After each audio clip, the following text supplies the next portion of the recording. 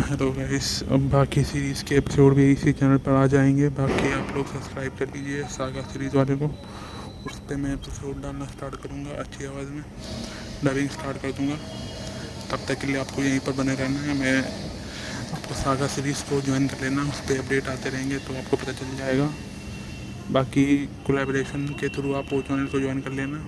उस पर millennium match का योद्धा स्टार्टिंग से अपलोडिंग स्टार्ट है, बट इनकी जो स्टार्टिंग से अपलोडिंग नहीं होगी, वहाँ पर जो इसके आगे के एपिसोड है वहीं पर दूंगा।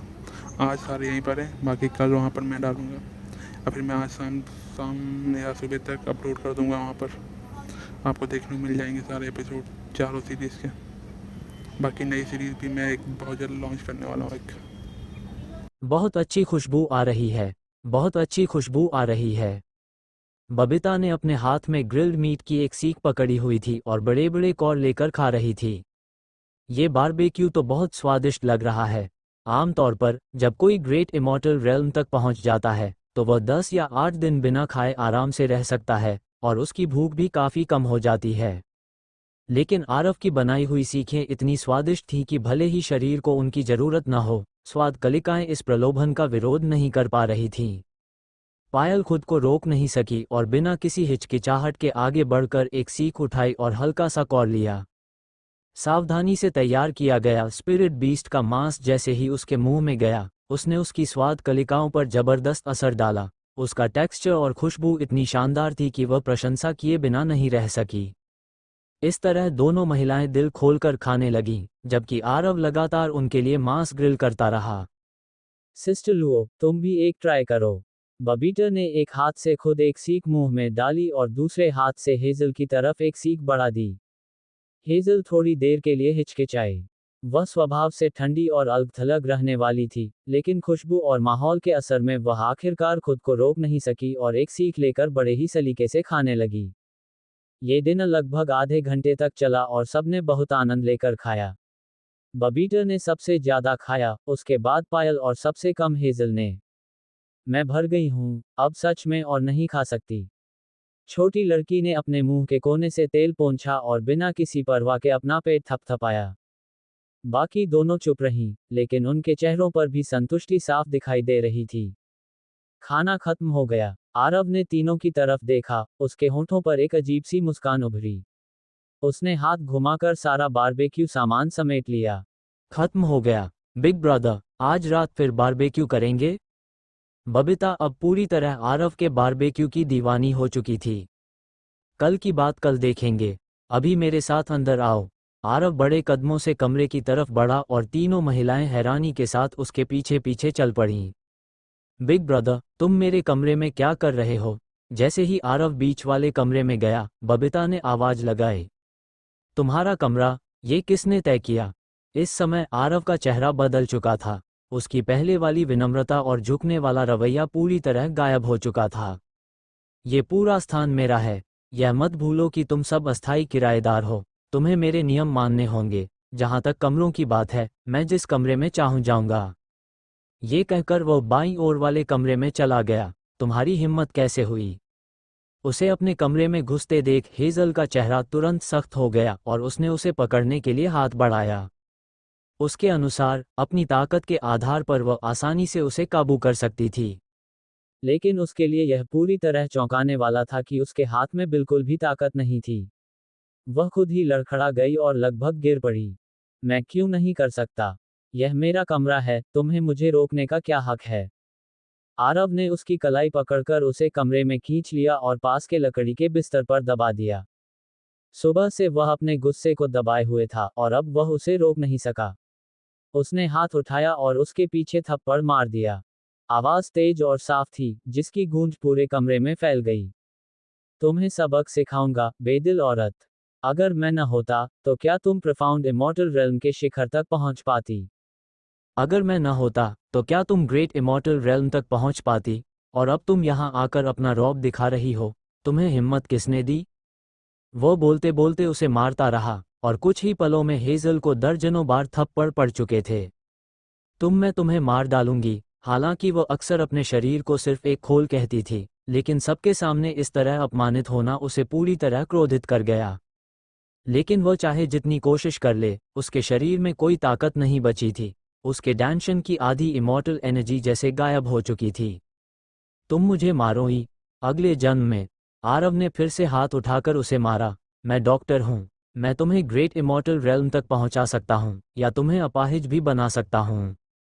जब तक मैं तुम्हें एंटीडोट नहीं देता, इस पल से तुम बेकार हो, पूरी तरह बेकार। मुझे मारने की सोचो भी मत, तुम खुद जिंदा नहीं बच पाओगी। ये कहकर उसने हेजल को बिस्तर पर फेंक दिया और दरवाजे पर खड़ी दोनों की तरफ देखा। इस समय पायल और बबीता दोनों की आंखें खुली रह गई थीं, वे पूरी तरह स्तब्ध थीं। अंदर से वे कभी भी इस नामात्र के शिष्य को गंभीरता से नहीं लेती थीं, बल्कि उसे तुच्छ समझती थीं। लेकिन अब जो हुआ था, वह पूरी तरह उलट था, यहाँ तक कि हमेशा घमंडी रहने वाली हेजल भी सबके सामने पिट चुकी थी। हालात बिगड़ते देख दोनों ने भागने की कोशिश की, लेकिन उनके पास भी कोई ताकत नहीं बची थी। आरव ने उन्हें एक एक करके पकड़ लिया और बिस्तर पर फेंक दिया। भागने की कोशिश मत करो। अभी तो बहुत घमंड दिखा रही थी, है ना? बबीता ने बैठते हुए मुस्कुराने की कोशिश की। बिग ब्रदर, बीच वाला कमरा तुम्हारा है। तुम वहीं रहो, मैं कहीं और चली जाऊंगी, ठीक है? पायल ने प्यारी नजरों से कहा। जूनियर ब्रदर, अब से मैं तुम्हारी बात मानूंगी, जैसा कहोगे वैसा करूंगी। कैसा रहेगा? मुझे तो ये ठीक नहीं लग रहा। आरव ने ठंडी मुस्कान के साथ उनकी तरफ देखा। अब राजा पहचान रही हो? बहुत देर हो चुकी है। ये कहते हुए उसने पायल को पकड़कर बिस्तर पर दबाया और उसे थप्पड़ मार दिया। धप। यह आवाज पहले से भी ज्यादा तेज थी। तुमने मुझे मारा, तुम बस इंतजार करो। हमेशा शांत रहने वाली पायल के चेहरे पर अब डर साफ दिखाई दे रहा था। मैं इंतजार करूंगा, या तुम मेरा इंतजार करो। आरव ने अपना गुस्सा निकालते हुए उसे भी कई बार मारा और फिर उसे एक तरफ फेंक दिया। फिर उसकी नज़र बबीता पर पड़ी। छोटी लड़की ने कमजोर सी मुस्कान दी, लेकिन उसकी आंखों में डर साफ झलक रहा था। बिग ब्रदर, मुझे मत मारो। हमारा तो अच्छा रिश्ता है। मैंने तुम्हें पहले 100 माइल एस्केप टैलिस्मन दिया था। इस बार जाने दो, मैं वादा करती हूँ आगे से तुम्हारी हर बात मानूंगी। आरव ने सिर हिलाया। तुम सही कह रही हो। तुमने मुझे वॉइड एस्केप टैलिस्मन दिया था, और उसने मेरी बहुत मदद की। छोटी लड़की ने राहत की सांस ली। हाँ, तो फिर, इसीलिए तुम्हें 50% छूट मिलेगी। आरव ने उसे पकड़कर बिस्तर पर दबा दिया। तुमने मेरी मदद की, लेकिन मेरा खाना भी खूब खाया। खाना खाना अलग बात है, लेकिन बाद में धोखा देना और मेरा कमरा भी छीनना, क्या तुम्हें इसकी सजा नहीं मिलनी चाहिए? ये कहते हुए उसने बिना किसी हिचकिचाहट के उसे भी मारना शुरू कर दिया। तुम बदमाश बिग ब्रदर, शरारती जूनियर ब्रदर, तुमने मुझे मारने की हिम्मत कैसे की? मैं तुम्हें नहीं छोड़ूंगी। आरव ने उसकी बातों को नजरअंदाज किया, अपना गुस्सा निकालने के बाद उसे भी एक तरफ छोड़ दिया। जब उसने ऊपर देखा, तो उसकी नज़र हेजल की बर्फ जैसी ठंडी आंखों से मिली। याद रखना, मैं तुम्हें नहीं छोड़ूंगी। पागलपन। आरव हेजल के सामने आकर खड़ा हो गया और उसकी आंखों में तीखी नजरों से घूरने लगा। अगर मैं गलत नहीं हूं, तो तुम्हारे अंदर गहरी नफरत छिपी हुई है, और फिर भी तुम इस समय मुझे धमकी देने की हिम्मत कर रही हो। क्या तुम बेवकूफ हो? क्या तुम्हारे पास दिमाग नहीं है? अगर मैं तुम्हें पूरी जिंदगी के लिए बेकार बना दूं, तो तुम बदला कैसे लोगी? मैं। हेजल के ठंडे चेहरे पर डर की एक झलक दिखाई दी। साफ था कि ये शब्द सीधे उसके दिल पर लगे थे। आरव ने फिर कहा, मुझे लगता है तुमने कुछ गलत समझ लिया है। अब तक मैं ही हूं जिसने तुम पर एहसान किया है। मैं तुम्हारा उपकार करने वाला हूं। मैं तुम्हारा कर्जदार नहीं हूं, बल्कि तुम मेरी कर्जदार हो। अगर तुम्हें बदला लेना है, तो तुम्हें मेरी मदद चाहिए। इसे अच्छे से सोच लो, बेवकूफ। हेजल आमतौर पर एक ऊंची और घमंडी बर्फ जैसी सुंदर स्त्री थी, लियून की जुड़वां सुंदरियों में से एक। हर आदमी उसे देखकर खुशामद करता था। उसे कभी किसी ने बेवकूफ नहीं कहा था। लेकिन इतनी कठोर डांट के बाद उसने अपना घमंडी सिर झुका लिया और चुप हो गई। साफ था कि वह समझ गई थी कि उसे क्या करना चाहिए। और तुम बड़ी छाती वाली, बिना दिमाग की बेवकूफ। आरव ने बिना किसी संकोच के पायल की तरफ देखा। जब तुम्हारे ऊपर इतना बोझ है, और तुम्हारे पास बदला लेने के लिए दुश्मन हैं, तो तुम मेरे सामने आकर मुझे उकसाने की हिम्मत कैसे कर सकती हो? क्या तुम बेवकूफ नहीं हो? पायल एक पल के लिए रुक गई और आरव को घूरने लगी। उसके चेहरे की पहले वाली प्यारीता गायब हो चुकी थी। उसने सोचा था कि उसने उसे पूरी तरह काबू में कर लिया है, लेकिन अब उसे एहसास हुआ कि यह युवक उसकी सोच से कहीं ज्यादा मुश्किल है। तुम्हें कैसे पता कि मुझे बदला लेना है? तुम्हें कैसे पता कि मेरे ऊपर बोझ है? तुम लोग सच में बहुत बेवकूफ हो। आरव ने इन दोनों बेहद घमंडी महिलाओं के साथ कोई नरमी नहीं दिखाई। अगर मैं इनके घमंड को नहीं तोड़ूंगा, तो आगे मेरा जीना मुश्किल हो जाएगा। मैं डॉक्टर हूँ, एक चमत्कारी डॉक्टर। क्या तुम्हें लगता है कि मैं यह नहीं समझ सकता कि तुम अब तक कुंवारी हो? एक ऐसी महिला जिसे कभी किसी आदमी ने छुआ तक नहीं, और जिसका दिल बेहद घमंडी है, वह खुद मेरे पास आकर साथ में साधना करने की बात करे। अगर उनके ऊपर भारी बोझ न होता, अगर उनके दिल में गहरी नफरत न होती, तो क्या ये बात समझ में आती? पायल की आंखों में एक कॉम्प्लेक्स भाव उभरा और आखिरकार उसने भी अपना सिर झुका लिया। पास में खड़ी बबीता रोने जैसी आवाज में बोली, मैं नहीं, मेरे अंदर कोई गहरी नफरत नहीं है, और मेरे ऊपर कोई बोझ भी नहीं है। कृपया मुझे छोड़ दो। तुम्हारे पास नहीं है। आरव ने उसकी तरफ देखा। मुझे यह मत बताओ कि तुम्हारे बड़ों को तुमसे कोई उम्मीद नहीं है? और अगर मैं तुम्हें एक बेकार इंसान बना दूं, तो क्या तुम्हें लगता है कि तुम अभी जैसी जिंदगी जी पाओगी और मेरे बनाए स्वादिष्ट खाने का आनंद ले पाओगी? जैसा कहा जाता है, हर किसी की कमजोरी होती है, और आरव के शब्द सीधे उस छोटी लड़की की कमजोरी पर लगे। वह एक प्रतिभाशाली लड़की थी, उसके परिवार को उससे बहुत उम्मीदें थीं। दूर की बात छोड़ भी दें, तो आने वाले समय में सेक्ट लीडर के व्यक्तिगत शिष्य के चयन में पूरे नाइन्थ पीक को उससे बहुत उम्मीद थी। इसके अलावा, वह सच में खाने की बहुत शौकीन थी। अगर वह बेकार हो जाती, तो उसे नौकर बनकर रहना पड़ता। दूसरों के आदेश मानना अलग बात थी, लेकिन साधारण खाना खाना उसके लिए सबसे बड़ी सजा होती।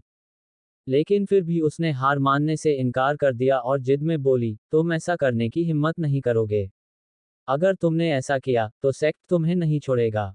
उसकी बात सुनकर पायल और हेजल, जो अभी तक निराश थीं, फिर से उम्मीद से उसकी तरफ देखने लगीं। वे सभी सेक्ट की प्रतिभाशाली शिष्य थीं, और सामान्य स्थिति में फ्लोइंग लाइट स्वॉर्ड सेक्ट उन्हें यूं ही छोड़ नहीं देता। हा, सिर्फ खूबसूरती है, दिमाग नहीं, और अभी तो तुम्हारी छाती भी ठीक से विकसित नहीं हुई, इसलिए दिमाग भी नहीं है। आरव ने बबीता की तरफ मजाक उड़ाते हुए देखा। सेक्ट तुम्हें इसलिए महत्व देता है क्योंकि तुम प्रतिभाशाली शिष्य हो। लेकिन अगर तुम सच में बेकार हो जाओ, तो क्या तुम्हें लगता है कि कोई तुम्हारे लिए खड़ा होगा? तीनों के चेहरे बदल गए। सच यही था, पूरे इमॉर्टल रेल्म में ताकत ही सबसे जरूरी थी। अगर वे सच में बेकार हो जाती, तो शायद उन्हें आज जैसा सम्मान नहीं मिलता। आरव ने आगे कहा, और तुम लोगों ने ये सोचा है, अभी सेक्ट में सबसे जरूरी व्यक्ति कौन है? जाहिर है, मैं। तुम जैसे शिष्य फ्लोइंग लाइट स्वॉर्ड सेक्ट में बहुत हैं, गिनती से भी ज्यादा। लेकिन मैं सेक्ट के लिए और प्रतिभाशाली शिष्य तैयार कर सकता हूं और उनकी साधना को तेजी से बढ़ा सकता हूं। तुम लोग कई सालों से सेक्ट में हो, क्या तुमने कभी देखा है कि सेक्ट लीडर ने किसी आउटर डिसाइपल के लिए खुद आदेश दिया हो? अब समझ में आया क्यों? तीनों महिलाओं के चेहरे पूरी तरह बदल गए। उनकी नज़र में वह सिर्फ एक बेकार शिष्य था, लेकिन अब उन्हें समझ आया कि उसकी स्थिति कितनी खास है। यहाँ तक कि अगर वे अपनी ताकत वापस भी पा लें, तब भी सेक्ट की नज़र में वे शायद उसके बराबर नहीं होंगी। सीधे शब्दों में कहें तो वे तीनों सिर्फ अंडे हैं, और आरव वह मुर्गी है जो अंडे देती है। तुलना में, ये साफ है कि सेक्ट किसे ज्यादा महत्व देगा। बबीता ने सिर झुका लिया और धीरे से कहा, ठीक है, तुम जीत गए। हेजल की आंखों से घमंड गायब हो चुका था। पायल ने आह भरते हुए कहा, बोलो, तुम चाहते क्या हो? अगर तुम चाहती हो कि मैं तुम्हारी मदद करूं, तुम्हें बदला लेने में मदद करूं, तुम्हारी साधना बढ़ाऊं और तुम्हारी इच्छाएं पूरी करूं, तो तुम्हें मदद मांगने का सही तरीका भी आना चाहिए। आज से तुम सबको मेरे आदेश मानने होंगे। मैं कहूंगा पूर्व जाओ, तो पश्चिम नहीं जाना, और अगर कहूं कुत्ते को मारो, तो मुर्गी के पीछे मत भागना। संक्षेप में, मैं जो कहूं, वही होगा। इस घर में मैं ही राजा हूं, समझी? समझ गई। बस तुम मुझे आगे भी स्वादिष्ट खाना बनाकर खिलाते रहना, मैं सब कुछ मान लूंगी। बबीता सबसे पहले झुक गई। पायल ने भी कहा, मैं भी समझ गई। हेजल ने कुछ नहीं कहा, लेकिन सिर हिला दिया। तीनों की अलग अलग प्रकृति थी, लेकिन एक बात समान थी, वे बेहद घमंडी थीं। एक ही व्यक्ति के सामने झुकना उनके लिए असंभव जैसा था। बस यही रवैया होना चाहिए। आरव के होठों पर मुस्कान आई और उसके दिल में जीत का एहसास हुआ। साथ ही उसने अंदर ही अंदर राहत की सांस ली, क्योंकि इमोर्टलॉकिंग पाउडर का असर सिर्फ 1 घंटे तक ही रहता था।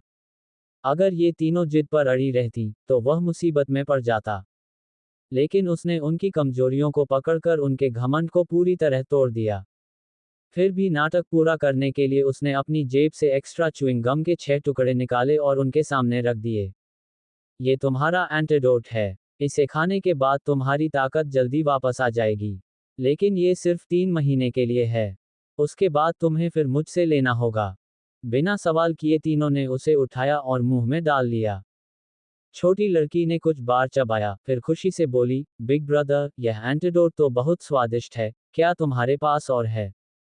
पायल ने चबाते हुए हल्का सा भौहें सिकोड़ ली। ये दवा का स्वाद थोड़ा अजीब क्यों लग रहा है? हेजल ने कुछ नहीं कहा, 2 बार चबाया और सीधे निगल लिया। बेकार की बातें मत करो, एंटीडोट तो एंटीडोट होता है, बस असर होना चाहिए। आरव ने ये कहने के बाद समय का हिसाब लगाया और पाया कि लगभग 1 घंटा बीत चुका था। वास्तव में जल्द ही तीनों को महसूस हुआ कि उनके डैंशन में इमॉर्टल एनर्जी फिर से चलने लगी है और धीरे धीरे उनकी शक्ति वापस आने लगी। तीनों महिलाएं अब भी ग्रेट इमॉर्टल रेल्म और प्रोफाउंड इमॉर्टल रेल्म के शिखर पर थीं, लेकिन 1 घंटे पहले की तुलना में पूरी तरह अलग थीं। अब जब वे आरव की तरफ देखती थीं, तो उनकी आंखों में डर और सम्मान था। पहले वाला घमंड और अहंकार पूरी तरह गायब हो चुका था। ठीक है, मेरा क्लिनिक कल से खुलेगा। अब से तुम तीनों वहां काम करोगी, जैसा मैं कहूं वैसा करना। तीनों ने बिना किसी प्रॉब्लम के सिर हिला दिया। अगर फ्लोइंग लाइट स्वॉर्ड सेक्ट के अन्य शिष्य ये दृश्य देखते तो निश्चित ही चौंक जाते। हेजल एक प्रसिद्ध आइस ब्यूटी थी, बेहद घमंडी, और उससे एक शब्द बात करना भी मुश्किल होता था। पायल एक प्यारी महिला थी। आम दिनों में वह बेहद आकर्षक और लुभावनी लगती थी, लेकिन कोई भी उसके करीब नहीं जा सकता था। बबीटा नाम से भले ही सुसंस्कृत लगे, लेकिन असल में वह एक छोटी शैतान थी, जो हमेशा दूसरों के साथ शरारत करती थी और कभी नुकसान नहीं उठाती थी। लेकिन अब यही तीनों महिलाएं एक आदमी के सामने आज्ञाकारी खड़ी थीं और उसकी हर बात मान रही थीं। आरव ने तीनों को काम बांटना शुरू किया। हेजल को क्लिनिक का सुरक्षा प्रभारी बनाया गया, जो व्यवस्था बनाए रखेगी, और जो भी नियम तोड़ेगा उसे बाहर फेंक दिया जाएगा। पायल को स्वागत और सेवा का काम दिया गया, जबकि बबीटा को पैसे लेने और हिसाब रखने की जिम्मेदारी दी गई। तीनों के स्वभाव के अनुसार काम बांटने के बाद आरव ने कागज और कलम निकाला और बबीटा को लिखने के लिए कहा, और जल्दी ही एक सूचना तैयार कर ली। इस सूचना का मुख्य भाग 2 हिस्सों में था। पहला भाग क्लिनिक की सेवा सीमा को स्पष्ट करता था। वॉइड इमॉर्टल के प्रारंभिक स्तर से लेकर गोल्डन इमॉर्टल के शिखर तक प्रोफाउंड इमॉर्टल स्तर के मरीजों को स्वीकार नहीं किया जाएगा। इसके अलावा हर दिन मरीजों की संख्या सीमित होगी और केवल 30 मरीजों का इलाज किया जाएगा। दूसरा भाग इलाज की फीस से संबंधित था। वॉइड इमॉर्टल के लिए परामर्श शुल्क 100 लो ग्रेड इमॉर्टल क्रिस्टल्स होगा। अगर साधना बढ़ानी हो तो अतिरिक्त 10,000 देने होंगे। ट्रू इमॉर्टल के लिए परामर्श शुल्क 1,000 लो ग्रेड इमॉर्टल क्रिस्टल्स होगा। साधना बढ़ाने के लिए अतिरिक्त 1 लाख देने होंगे। गोल्डन इमॉर्टल के लिए परामर्श शुल्क 10,000 लो ग्रेड इमॉर्टल क्रिस्टल्स होगा। साधना बढ़ाने के लिए अतिरिक्त 1,000 देने होंगे। पास खड़ी पायल ये सुनकर चौंक गई। जूनियर ब्रदर, क्या ये थोड़ा ज़्यादा महंगा नहीं है? मुझे लगता है पूरे फ्लोइंग लाइट स्वॉर्ड सेक्ट में बहुत कम लोग इसका खर्च उठा पाएंगे। बबीटा ने भी कहा, हाँ, यहाँ तक कि स्पिरिट मेडिसिन हॉल भी इतना महंगा नहीं है। महंगा होने का कारण है, मेरी चिकित्सा कला इसकी कीमत के लायक है। आरव ने कहा, बस मेरी बात याद रखना। उसने ये कीमत यूं ही नहीं रखी थी, बल्कि सोच समझ कर तय की थी। अगर कीमत बहुत कम होती, तो 5,000 से ज़्यादा महिला इमॉर्टल्स इलाज के लिए आ जाती और वह थक जाता। इसके अलावा लोग्रेड इमॉर्टल क्रिस्टल्स उसके लिए अभी ज़्यादा जरूरी नहीं थे, क्योंकि उसके पास पहले से ही 10 मिलियन से ज़्यादा थे। उसे अभी सबसे ज़्यादा ज़रूरत थी साधना से जुड़े संसाधनों की, जैसे पिल्स और रिफाइनिंग मटेरियल्स। एक इमॉर्टल के लिए ये चीज़ें खजाने के समान होती हैं। जब कीमत इतनी ज़्यादा होगी कि लोग उसे वहन नहीं कर पाएंगे, तब वे इन्हें फीस के रूप में देंगे। अंत में सूचना के नीचे एक और शर्त जोड़ी गई, चाहे एलिक्सियर्स हो या रिफाइनिंग मटेरियल्स, अगर आरव को कोई चीज़ पसंद आ गई तो इलाज पूरी तरह मुफ्त होगा। जब बबीता ने लिखना पूरा किया तो उसने सिर उठाकर पूछा, आरव और कुछ लिखना है? आरव ने थोड़ा सोचा और तय किया कि वह 9th पीक का सदस्य है, इसलिए उसे कुछ विशेष छूट देनी चाहिए। एक और शर्त जोड़ो, 9th पीक के लिए इलाज की फीस आधी होगी। आधी कीमत, तो क्या हमें नुकसान नहीं होगा? छोटी लड़की ने नाखुश होकर कहा, ऐसा लग रहा था कि वह अब सच में हिसाब किताब संभालने लगी है। कोई बात नहीं, एक और नियम जोड़ो, 3rd पीक और 5th पीक के शिष्यों के लिए फीस दोगुनी होगी। आरव को इन दोनों से काफ़ी शिकायतें थीं, इसलिए वह उन्हें कोई फ़ायदा नहीं देना चाहता था। अब बात बनी, छोटी लड़की ने खुशी खुशी दोनों बातें लिख दीं और इस तरह सूचना पूरी हो गई। सब कुछ तैयार होने के बाद सभी अपने अपने कमरों में आराम करने चले गए। अब बबीता के पास अलग कमरा नहीं था, उसे पायल के साथ रहना पड़ा। आरव अपने कमरे में गया, लेकिन तुरंत आराम नहीं किया। उसे अगले दिन मरीजों को देखना था, इसलिए तैयारी जरूरी थी, खासकर पिल्स बनाना। उसकी फॉलन इमॉर्टल सीक्रेट की यात्रा काफ़ी लाभदायक रही थी। उसने खुद जो जड़ी बूटियां इकट्ठा की थीं, वह तो कम थी, असली फायदा था कि उसने बहुत से लोगों को लूटा था। खासकर थंडर कंट्रोल इमॉर्टल सेक्ट के 3 स्टोरेज रिंग्स में अलग अलग स्तर की काफ़ी स्पिरिचुअल हर्ब्स थीं। गणना करने पर उसे पता चला कि उसके पास हाई ग्रेड सामग्री कम है, लेकिन गोल्डन इमॉर्टल स्तर से नीचे के लिए पर्याप्त है। इसलिए उसने पहले ही तय कर लिया था कि वह गोल्डन इमॉर्टल के शिखर से नीचे वालों का ही इलाज करेगा। एक कारण ये था कि वह अपने लिए ज़्यादा दुश्मन नहीं बनाना चाहता था, और दूसरा ये कि वह शैन इमॉर्टल स्तर की पिल्स बना ही नहीं सकता था। कमरे में सुरक्षा बैरियर लगाने के बाद आरव ने फर्नेस निकाला और पिल्स बनाना शुरू कर दिया। उधर 5th पीक के मुख्य हॉल में ग्रेस और 3rd पीक के प्रमुख वनराज आमने सामने बैठे थे। वनराज ने कहा, 9th पीक का वह बेकार, ये उसमें इतनी क्षमता कैसे आ गई? उसने लगातार 2 ग्रेट इमॉर्टल तैयार कर दिए, समझ नहीं आता उसने ये कैसे किया। ग्रेस का चेहरा भी खराब था, पहले ही पता चल गया था कि उस लड़के के पास अद्भुत चिकित्सा कौशल है। जीनत के मामले ने उसे पहले ही पछतावे से भर दिया था। अब जब उसे पता चला कि जिसे वह बेकार समझता था, उसके पास इतनी क्षमता है, तो उसका पछतावा और बढ़ गया। अगर पहले पता होता तो वह उसे अपने पास रखता और 5th पीक आज सबसे शक्तिशाली होता। लेकिन अब पछताने से कुछ नहीं हो सकता था। वनराज ने ठंडी नज़रों से कहा, किसी भी वजह से हो, उस लड़के का होना हमारे लिए भविष्य में अच्छा नहीं होगा। क्या हमें उसे खत्म करने का तरीका नहीं सोचना चाहिए? भले ही उसे मारे नहीं, कम से कम उसे पूरी तरह अपाहिज तो बना ही सकते हैं। तुम सही कह रहे हो, लेकिन अभी समय सही नहीं है। ग्रेस ने अपनी चालाक मुस्कान दिखाई, क्या तुमने नहीं देखा कि सेक्ट लीडर भी अब उस पर ध्यान दे रहा है? अभी हम कुछ नहीं कर सकते। अभी सेक्ट के अंदर कुछ करना संभव नहीं है, लेकिन भविष्य में मौका मिल सकता है। वनराज ने कहा, लेकिन अगर वह सेक्ट से बाहर नहीं गया, तो क्या हम बस देखते रहेंगे? ऐसा नहीं है कि हम कुछ नहीं करेंगे। अगर हम नहीं करेंगे, तो कोई और करेगा। ग्रेस ने चालाकी से कहा, अब वह पूरे सेक्ट के आदमी शिष्यों का दुश्मन बन चुका है। वे सामने कुछ नहीं करेंगे, लेकिन छिपकर। युवक हमेशा जल्दबाज होते हैं। मुझे यकीन है कि जल्द ही कोई उस पर हमला करेगा। हमें बस इंतजार करना है। वनराज ने सिर हिलाया, ब्रदर बाय सही कह रहे हैं। ग्रेस ने कहा, इसलिए अभी हमें कुछ नहीं करना चाहिए, और सेक्ट लीडर का शक भी नहीं होना चाहिए। अपने शिष्यों से कहो कि वे उसके पास इलाज के लिए जाएं। अगर इससे उनकी साधना बढ़ती है, तो वह भी हमारे लिए अच्छा ही है। आरव पूरी रात काम करता रहा। उसने दर्जनों बैच पिल्स तैयार किए। जब तक वह खत्म हुआ, तब तक सुबह हो चुकी थी। हालांकि अभी चेंशी सुबह 7 से 9 बजे में थोड़ा समय बाकी था, लेकिन उसके आंगन के बाहर पहले से ही 1000 से ज़्यादा लोग इकट्ठा हो चुके थे। एक इमॉर्टल के लिए अपनी कल्टिवेशन बढ़ाना सबसे ज़रूरी चीज़ होती है।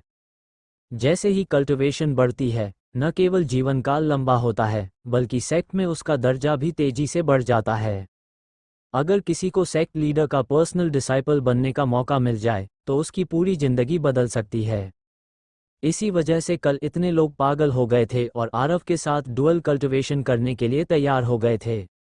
हालांकि अब डुअल कल्टिवेशन संभव नहीं था, फिर भी कई लोग उम्मीद की एक छोटी सी किरण लेकर आए थे। वे पूरी रात जागते रहे और सुबह सुबह इलाज के इंतजार में यहाँ पहुँच गए। क्या हो रहा है? ये कब शुरू होगा? दरवाजे के बाहर इतनी भीड़ थी कि कुछ लोग बेचैन हो गए थे। तभी कमरे के अंदर से 2 बोर्ड उड़कर बाहर आए और क्लिनिक के दरवाजे के दोनों तरफ जाकर लग गए। बाईं तरफ 5 बड़े अक्षरों में लिखा था, एंशिएंट मेडिसिन क्लिनिक। ये सिर्फ क्लिनिक का नाम था, किसी ने ज्यादा ध्यान नहीं दिया। दाईं तरफ वाला बोर्ड बड़ा था, जिस पर पब्लिक नोटिस लिखा था और उसके नीचे कई नियम लिखे हुए थे। सभी लोग देखने लगे। भले ही भीड़ थी, लेकिन इमॉर्टल्स की डिवाइन सेंस इतनी मजबूत होती है कि हर कोई साफ देख सकता था। जैसे ही उन्होंने उस पर लिखी बातें पढ़ी, दरवाजे के सामने खड़े लोग तुरंत भड़क उठे। यह क्या है? परामर्श शुल्क 1000 लो ग्रेड इमॉर्टल क्रिस्टल्स। ये तो लूट है। हे भगवान, इतना महंगा क्यों? क्या वो खुद को कोई महान वैद्य समझता है? यह क्या है? मैं 3rd पीक का शिष्य हूं तो मुझसे दोगुना शुल्क क्यों? सही कहा, 5th पीक के शिष्यों के साथ ऐसा भेदभाव क्यों? कल उन्होंने देखा था कि आरव बहुत युवा है, इसलिए उन्हें लगा था कि फीस ज्यादा नहीं होगी, लेकिन नतीजा उनकी उम्मीद से कहीं ज्यादा निकला। खासकर 3rd पीक और 5th पीक के शिष्य तो गुस्से से भर गए। लाल कपड़े पहनी एक महिला आगे बढ़ी। वह मिड स्टेज गोल्डन इमॉर्टल थी और गुस्से से कमरे की तरफ देखने लगी। आरव नाम वाला, बाहर आओ, आज तुम्हें जवाब देना होगा। 3rd पीक के शिष्यों से अलग व्यवहार क्यों? हालांकि सेक्ट लीडर ने कल आदेश दिया था कि कोई भी आरव पर हमला नहीं करेगा, लेकिन यह महिला तेज स्वभाव की थी। उसके अनुसार जब तक वह सामने वाले की जान नहीं लेती, तब तक चेतावनी देना गलत नहीं है। इसीलिए उसने सीधे कमरे के अंदर हाथ बढ़ाया, दूर हट जाओ। तभी एक जोरदार आवाज गूंजी और एक भयानक आभा के साथ वह महिला कई दर्जन मीटर दूर जा गिरी। वो 3-4 छोटे पेड़ों से टकराई और फिर जाकर संभल पाए। सबके चेहरे बदल गए। वे जानते थे कि यह महिला गोल्डन इमॉर्टल थी और काफी ताकतवर थी, लेकिन वह किसी की आभा भी सहन नहीं कर पाए। सबने देखा, एक पतली सी आकृति बाहर आई। वह थी आइस फेरी हेजल। मैं बता रही हूं, अगर इलाज कराना है तो शांति से करो, नहीं कराना है तो यहां से निकल जाओ। हेजल पहले ही प्रभावशाली थी और अब ग्रेट इमॉर्टल रेल्म में पहुंचने के बाद उसकी आभा और भी जबरदस्त हो गई थी। उसकी बात के बाद पूरा माहौल शांत हो गया। किसी की हिम्मत नहीं हुई कुछ कहने की। फ्लोइंग लाइट स्वॉर्ड सेक्ट में ग्रेट इमॉर्टल से ऊपर के विशेषज्ञ तो बहुत थे, लेकिन शिष्यों में ऐसे लोग बहुत कम थे। ऐसे ताकतवर व्यक्ति के सामने कौन हंगामा करता? चारों तरफ सन्नाटा छा गया। तभी एक और आकृति बाहर आई, बबीता, जिसके हाथ में हिसाब की किताब थी। जिसे इलाज कराना है, इमॉर्टल क्रिस्टल्स मेरे पास जमा करो। छोटी लड़की ने एक कुर्सी निकाली और दरवाजे के सामने बैठ गई। उसके पीछे पायल भी बाहर आई। नंबर लेना है तो मेरे पास आओ, रोज सिर्फ 30 लोगों का इलाज होगा। दरवाजे के सामने खड़े लोग पूरी तरह स्तब्ध रह गए। वे तीनों महिलाओं को पहचानते थे। वे पूरे फ्लोइंग लाइट स्वॉर्ड सेक्ट की युवा पीढ़ी की सबसे प्रमुख शिष्य थीं, जो आमतौर पर घमंडी रहती थीं और जिनसे बात करना भी मुश्किल था। लेकिन अब वही तीनों यहाँ काम कर रही थीं, एक सुरक्षा के लिए, एक पैसे लेने के लिए और एक नंबर देने के लिए। ये दृश्य पूरी तरह अप्रत्याशित था। क्या यह वही बेकार लड़का नहीं था? उसमें ऐसा क्या था कि वह इन तीनों को आदेश दे रहा था? कुछ देर तक कोई कुछ नहीं बोला। कोई हंगामा करने की हिम्मत नहीं कर रहा था, लेकिन कोई इलाज के लिए आगे भी नहीं आया। आखिर आरव की चिकित्सा कला किसी ने देखी तो नहीं थी, सब कुछ बस उसके कहने पर था। हेजल और पायल की ब्रेक थ्रू का सच भी किसी को नहीं पता था। अगर फीस कम होती तो लोग कोशिश कर लेते, लेकिन इतनी ज्यादा कीमत पर कोई जोखिम नहीं लेना चाहता था। बबीता ने टेबल पर हाथ मारा और झुंझलाकर बोली, क्या सब लोग तमाशा देखने आए हो? इलाज कराना है तो जल्दी करो, नहीं तो चले जाओ। मैं कराऊंगी। तभी नीले कपड़े पहनी एक महिला आगे आई। वह दिखने में साधारण थी, लेकिन उसके चेहरे पर घमंड था। बबीता ने उसे देखा। 3rd पीक की देवयानी, सही, 20,000। वह देवयानी थी, 3rd पीक के बाहरी प्रबंधन ऑफिसर आसाराम की बेटी। वह अर्ली गोल्डन इमॉर्टल थी और काफी प्रसिद्ध थी। सिर्फ 20,000 ही तो हैं, देवयानी ने ठंडे स्वर में कहा। एक स्टोरेज रिंग फेंकी और अंदर जाने लगी। रुको, छोटी लड़की ने उसे रोक लिया। देवयानी ने मुड़कर पूछा, अब क्या हुआ? बबीता ने मुंह बनाकर कहा, तुम्हें शर्म नहीं आती? इसमें 19,998 हैं, 2 कम हैं, जल्दी पूरा करो। सब लोग चुप हो गए। इतनी सटीक गिनती देखकर सब हैरान थे। बबीता ने नाराज होकर कहा, इतनी छोटी बात में भी फायदा उठाना चाहती हो? 2 इमॉर्टल क्रिस्टल्स भी बचाना है? देवयानी गुस्सा होना चाहती थी, लेकिन वह जानती थी कि इस छोटी लड़की से उलझना ठीक नहीं। उसने 2 क्रिस्टल्स और फेंके और अंदर चली गई। अंदर आरव आराम से बैठा गोल्ड कॉफी चाय पी रहा था। उसे देखकर उसने आलस से पूछा, क्या दिखाना है? देवयानी ने सीधे सवाल किया, पहले तुम बताओ, थर्ड पीक के लोगों से दोगुनी फीस क्यों? आरव ने शांत स्वर में कहा, क्योंकि यह मेरी जगह है, मैं जैसा चाहूं वैसा शुल्क लूंगा और जिससे चाहूं 2 गुना लूंगा। इलाज कराना है तो करो, नहीं तो निकल जाओ। तुम। देवयानी का चेहरा गुस्से से काला पड़ गया। तुम्हें पता है मैं कौन हूं? आरव ने हाथ हिलाया, नहीं पता, और जानने की जरूरत भी नहीं है। मेरे पिता आसाराम हैं, थर्ड पीक के आउटर सेक्ट के मैनेजर। क्या तुम मैनेजर जी की बेटी हो? आरव अचानक सीधा बैठ गया, उसके चेहरे पर हैरानी थी। हाँ, मेरे पिता आसाराम हैं। देवयानी अभी अपना रौब दिखाने ही वाली थी कि आरव ने सीधे कहा, अगर मैनेजर की बेटी हो तो फीस फिर से 2 गुनी होगी। अब 40,000 लो ग्रेड इमॉर्टल क्रिस्टल्स दो। फिर उसने बाहर की ओर इशारा किया, अंदर आओ और पैसे लो। आ रही हूँ। छोटी लड़की खाने की शौकीन ही नहीं, पैसों की भी दीवानी थी। पैसे का नाम सुनते ही उसका चेहरा चमक उठा और वह तुरंत अंदर भाग आए। तुम आरव, तुम मेरी ऐसी बेइज्जती करने की हिम्मत करते हो? क्या तुम्हें पता है थर्ड पीक को नाराज करने का क्या अंजाम होगा? देवयानी ने कहा, मैं तुम्हें एक मौका दे रही हूँ। अभी मुझसे माफ़ी मांगो, 20,000 वापस करो और 20,000 मुझे मुआवजा दो। मैं तुम्हारे लिए बात कर सकती हूँ, और आगे से थर्ड पीक तुम्हारी पुरानी गलतियों को माफ़ कर देगा। ऐसे लोग हर जगह होते हैं, वर्ल्ड में, कल्टिवेशन वर्ल्ड में और इमॉर्टल वर्ल्ड में भी। देवयानी भी वैसी ही थी। वह आरव से फ़ायदा लेना चाहती थी, अपनी कल्टिवेशन बढ़ाना चाहती थी, लेकिन बदले में कुछ देना नहीं चाहती थी। इसलिए उसने थर्ड पीक का नाम लेकर दबाव बनाने की कोशिश की। उसे लगा कि आरव जैसा शिष्य, जिसके पास इमॉर्टल एसेंस भी नहीं है, वह थर्ड पीक से दुश्मनी नहीं लेना चाहेगा। बस थोड़ा दबाव डालो और दोस्ती का हाथ बढ़ाओ, तो वह खुद झुक जाएगा। उसकी बात सुनकर आरव के होठों पर हल्की अजीब मुस्कान आ गई। मतलब, मैं तुम्हारा इलाज भी करूं, तुम्हें 20,000 भी दूं और तुमसे माफ़ी भी मांगूं? देवयानी ने थोड़ी उठाकर कहा, हाँ, और इसमें तुम्हारा ही फायदा है। मैं थर्ड पीक को तुम्हें परेशान करने से रोक दूंगी। तुम्हारी बीमारी बहुत गंभीर है, दिमाग पूरी तरह खराब हो चुका है। मैं इसका इलाज नहीं कर सकता, निकल जाओ यहाँ से। आरव ने बबीता से कहा, पैसे वापस करो और इसे बाहर निकालो। ओह। हालांकि छोटी लड़की थोड़ी अनिच्छुक थी, लेकिन उसने स्टोरेज रिंग वापस फेंक दी। तुम ही पागल हो। देवयानी शर्म और गुस्से से कांप रही थी। इतना घमंड मत करो। खुले में भाले से बच सकते हो, लेकिन छिपे हुए तीर से नहीं। सेक्ट लीडर का आदेश तुम्हें हमेशा नहीं बचा पाएगा। आरव ने उसकी बातों पर ध्यान नहीं दिया और हाथ हिलाकर कहा, इसे बाहर फेंको। तुम हिम्मत मत करना। उसकी बात पूरी भी नहीं हुई थी कि एक गोरा हाथ उसकी गर्दन पर पड़ा और वह सीधे बाहर फेंक दी गई। ये हेजल थी, जो हमेशा की तरह बिना कुछ बोले सीधे कार्रवाई करती थी। बाहर खड़ी भीड़ पहले मरीज के नतीजे का इंतजार कर रही थी, लेकिन देवयानी के अंदर जाते ही बाहर फेंके जाने से सब हैरान रह गए। वह धूल में गिरकर किसी तरह उठी ही थी कि अंदर से आवाज आए, आज से एंशंट मेडिसिन क्लिनिक चाओ वॉर को ब्लैकलिस्ट करता है। चाहे कितना भी पैसा दे, इसका इलाज नहीं होगा। चारों तरफ हंगामा मच गया।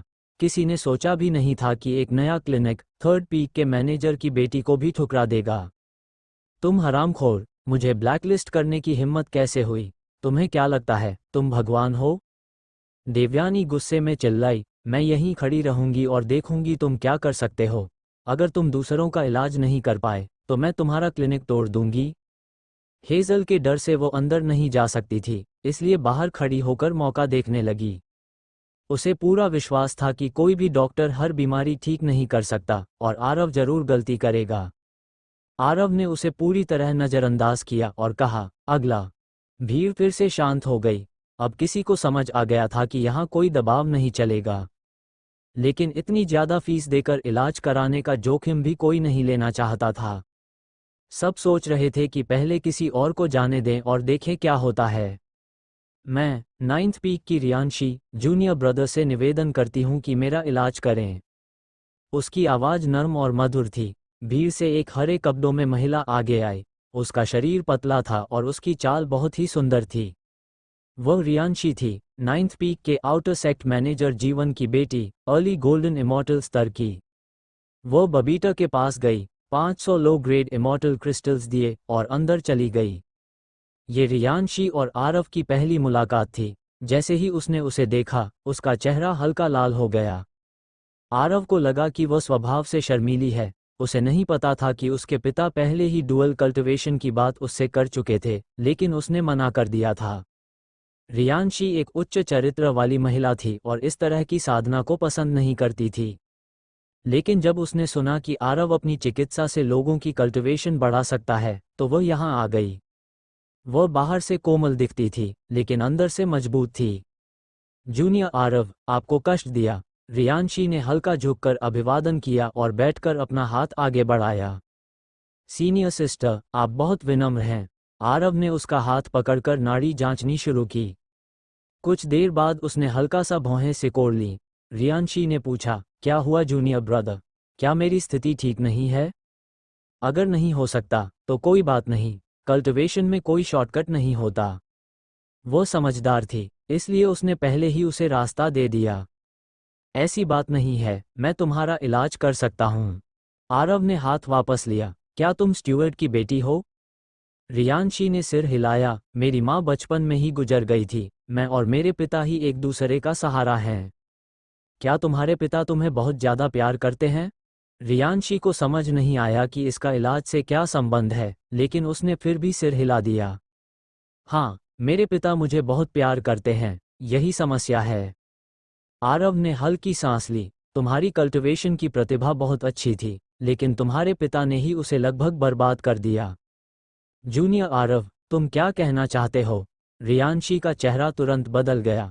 वह ये सहन नहीं कर सकती थी कि कोई उसके पिता के बारे में ऐसा कहे। सीनियर सिस्टर, आपने गलत समझा। मेरा मतलब स्टीवर्ड की बुराई करना नहीं था। कृपया मुझे समझाने दीजिए। आरव ने शांत और व्यवस्थित तरीके से कहा, अगर मैं गलत नहीं हूं, तो पिछले कुछ सालों में सीनियर सिस्टर की कल्टिवेशन न केवल धीमी होती गई है, बल्कि शरीर भी कमजोर होता गया है ना? ये, रियांशी एक पल के लिए रुकी, फिर सिर हिलाया। हाँ, ऐसा ही है। आरव बिल्कुल सही था। जब उसने पहली बार कल्टिवेशन शुरू की थी, तब वह नाइन्थ पीक की एक छोटी प्रतिभा मानी जाती थी और उसकी प्रगति बहुत तेज थी। लेकिन समय के साथ उसकी गति धीमी होती गई, खासकर गोल्डन इमॉर्टल के शुरुआती स्तर पर पहुंचने के बाद। वह पूरे 8 साल तक वहीं अटकी रही और आगे नहीं बढ़ पाए। सबसे जरूरी बात यह थी कि हाल ही में वह खुद को कमजोर और थका हुआ महसूस करने लगी थी, लेकिन कारण समझ नहीं पा रही थी। अब उसे एहसास हुआ कि उसके सामने बैठा ये युवक उसकी सोच से कहीं ज्यादा सक्षम है। जूनियर आरव, क्या ये गंभीर है? क्या मुझे कोई बीमारी है? आरव ने कहा, यह बीमारी नहीं है, बल्कि जहर है, और इसका कारण पूरी तरह स्टीवर्ड हैं। यह असंभव है। रियांशी घबरा गई। मेरे पिता मुझे जहर कैसे दे सकते हैं? अगर आरव ने उसकी स्थिति इतनी सही तरह से नहीं बताई होती, तो वह शायद तुरंत उठकर चली जाती। सीनियर सिस्टर, चिंता मत करो। मैंने कहा कि यह स्टीवर्ड के कारण हुआ है, यह नहीं कहा कि उन्होंने जानबूझकर जहर दिया। आरव ने समझाया, अगर मैं गलत नहीं हूं, तो स्टीवर्ड तुम्हें बहुत प्यार करते हैं और बचपन से ही तुम्हें बहुत सारी पिल्स देते आए हैं। लेकिन उन्हें चिकित्सा का ज्ञान नहीं था। उन्हें सिर्फ ये पता था कि अच्छी दवा देनी है, लेकिन यह नहीं कि कुछ दवाएं तुम्हारे लिए उपयुक्त नहीं हैं और कुछ आपस में टकराती हैं। कम समय के लिए ये ठीक रहता है, लेकिन वर्षों में ये शरीर में विष जमा कर देता है, जिसे एरिसिपोलिस कहा जाता है।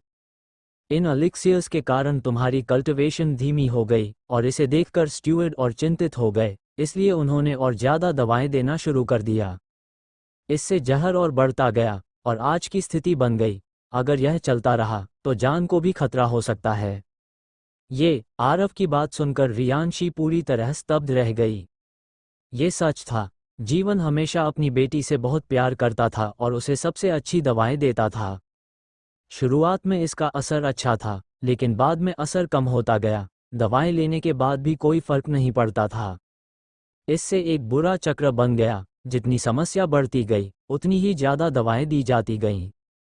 यहाँ तक कि आरव के साथ डुअल कल्टिवेशन का प्रस्ताव भी इसी वजह से आया था। यह आखिरी उपाय था। लेकिन उसने कभी नहीं सोचा था कि यह सब उसी के पिता के कारण हुआ है।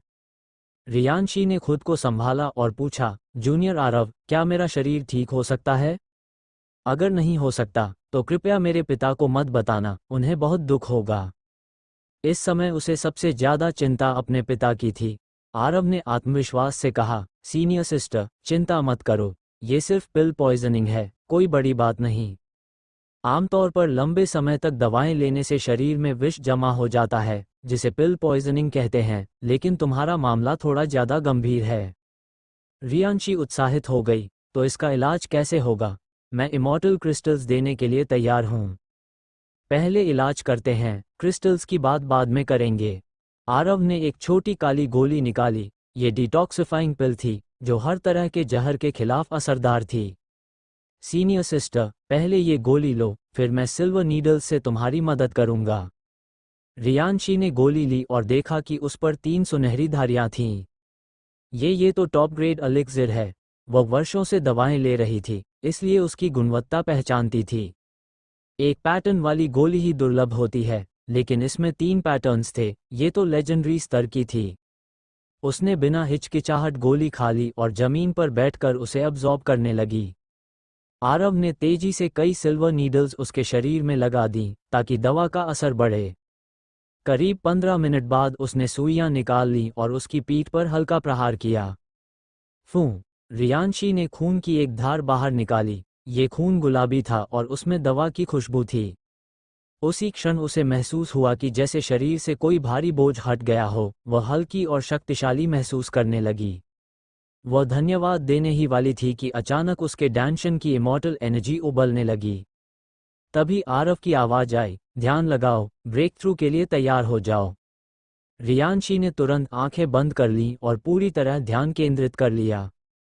उसकी नींव पहले से ही मजबूत थी, और अब जहर हटने के बाद उसकी कल्टिवेशन तेजी से बढ़ने लगी।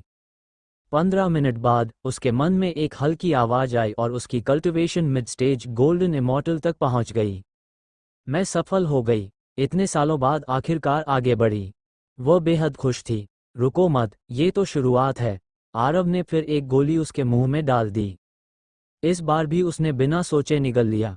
अब उसकी एनर्जी फिर से तेजी से बढ़ने लगी। आधे घंटे बाद वह लेट स्टेज गोल्डन इमॉर्टल तक पहुंच गई। उसे लगा जैसे वह सपना देख रही हो। इतने कम समय में 2 स्तर की वृद्धि, ये पहले कभी नहीं हुआ था। लेकिन इससे पहले कि वह शांत हो पाती, आरव ने उसे और 2 गोलियां दे दीं। ये गोल्डन बेनिफिट पिल्स थीं, जो गोल्डन इमॉर्टल स्तर के लिए उपयुक्त थीं। रियांशी ने खुद को शांत किया और फिर से साधना में लग गई। बाहर लोग इंतजार कर रहे थे, लेकिन काफी समय बीत जाने के बाद भी अंदर से कोई खबर नहीं आए। देवयानी ने ताना मारा, इतना समय हो गया, कोई नतीजा नहीं, कहीं मरीज को मार तो नहीं दिया? लेकिन उसकी बात पूरी भी नहीं हुई थी कि अचानक आसमान में काले बादल छा गए और गरजने की आवाज आने लगी। सबके चेहरे बदल गए। ये तो लाइटनिंग ट्रिब्यूलेशन था। Lightning tribulation? अचानक लाइटनिंग ट्रिब्यूलेशन क्यों आ गई?